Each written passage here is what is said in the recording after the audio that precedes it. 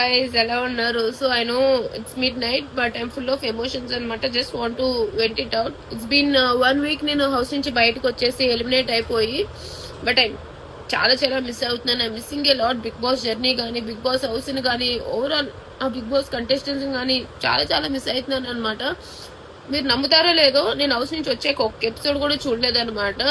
I just want to like ఏంటో చూద్దాం అనుకున్నా సరే ఐ కాంట్ అనమాట. ఐ కాంట్ ఎబుల్ టు, అరే నేను ఉండాల్సిందాను కదా, నేను ఇట్లా ఉంటే ఇట్లా చేసేదాన్నేమో, ఇట్లా మాట్లాడేదాన్నేమో అని చెప్పి వేరియస్ థాట్స్. అసలు ఒక్క ఎపిసోడ్ కూడా చూడలేకపోతున్నాను అనమాట. ఏదో రీల్స్ లో వస్తున్న చిన్న చిన్న క్లిప్స్ చూస్తున్నా సరే చాలా మట్టుకు అవి కూడా స్కిప్ చేసేస్తున్నాను అనమాట.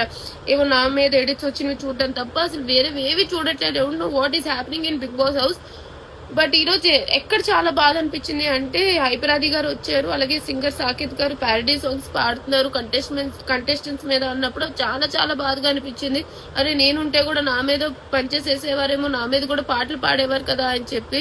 ఎందుకంటే I'm literally waiting for Hyper Aadi గారు. దసరా ఎపిసోడ్ నుంచి కూడా నేను అంటూ ఉండేదాన్ని అనమాట, హైపరాది గారు వస్తారేమో, మన మీద ఏం మాట్లాడతారో, మన మీద ఏ పని చేసేస్తారో అని చెప్పి. బట్ ఫైనల్ గా అతను వచ్చేటప్పుడు నేను లేను అని చెప్పి ఆ బాధ ఎక్కువ ఉంది. చాలా చాలా మిస్ అయ్యాను అనమాట ఈ రోజు ఎపిసోడ్ మాత్రం.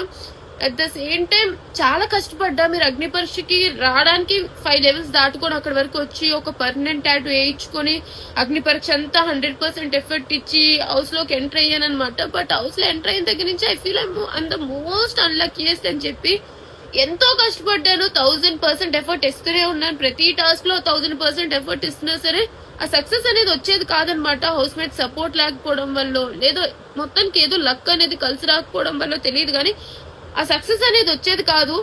లాస్ట్ వీక్ ఎలిమినేషన్ రౌండ్ అప్పుడు కూడా ప్రతి రౌండ్ లో ప్రతి టాస్క్ లో లాస్ట్ వరకు వెళ్ళేదాన్ని, బట్ ఆ గెలుపు అనేది దక్కేది కాదనమాట. అండ్ మోర్ ఓవర్ ఎక్కువ అన్లక్కీయెస్ట్ ఎక్కడ ఫీల్ అయ్యాను అంటే, ఇన్ని బిగ్ బాస్ సీజన్స్ లో ఇట్లా ఎవరు ఎలిమినేట్ అవ్వలేదు. అది ఫేర్ అని పక్కన పెట్టేస్తే ఏవి లేకుండా ఏ బిగ్ బాస్ కంటెస్టెంట్స్ బయటికి రాలేదనమాట. నేను 5 వీక్స్ ఉండి కూడా ఒక బిగ్ బాస్ మెమరీ కోసం ఒక జర్నీ ఏవి లేకుండా బయటకు వచ్చాను. అదే చాలా బాధగా అనిపిస్తుంది అనమాట.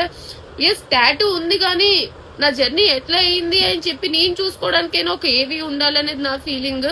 అసలు ఏవి కూడా లేకుండా బయటకు వచ్చాను కాబట్టి ఇంకా చాలా అన్లక్కీ అనిపించింది. నేను మా పేరెంట్స్ ని చూద్దాం అనుకున్నాను అసలు బిగ్ బాస్ హౌస్ లో. ఆ లెటర్స్ అందరికీ వచ్చాయి కానీ అప్పుడు కూడా నాకు లెటర్ రాలేదు. మా పేరెంట్స్ నుంచి లెటర్ కూడా నేను చదవలేకపోయాను హౌస్ లో. మా పేరెంట్స్ ని హౌస్ లో చూద్దాం అనుకున్నాను, అది కూడా చూడలేకపోయాను. ఓవరాల్ గా చాలా అన్లక్కీ అని ఫీల్ అవుతున్నాను. అవును, చాలా మంది సపోర్ట్ చేస్తున్నారు ఇప్పుడు కూడా. మీ సపోర్ట్ అందరికీ థ్యాంక్ యూ. కానీ I really feel I'm the most unluckiest అని చెప్పి. I think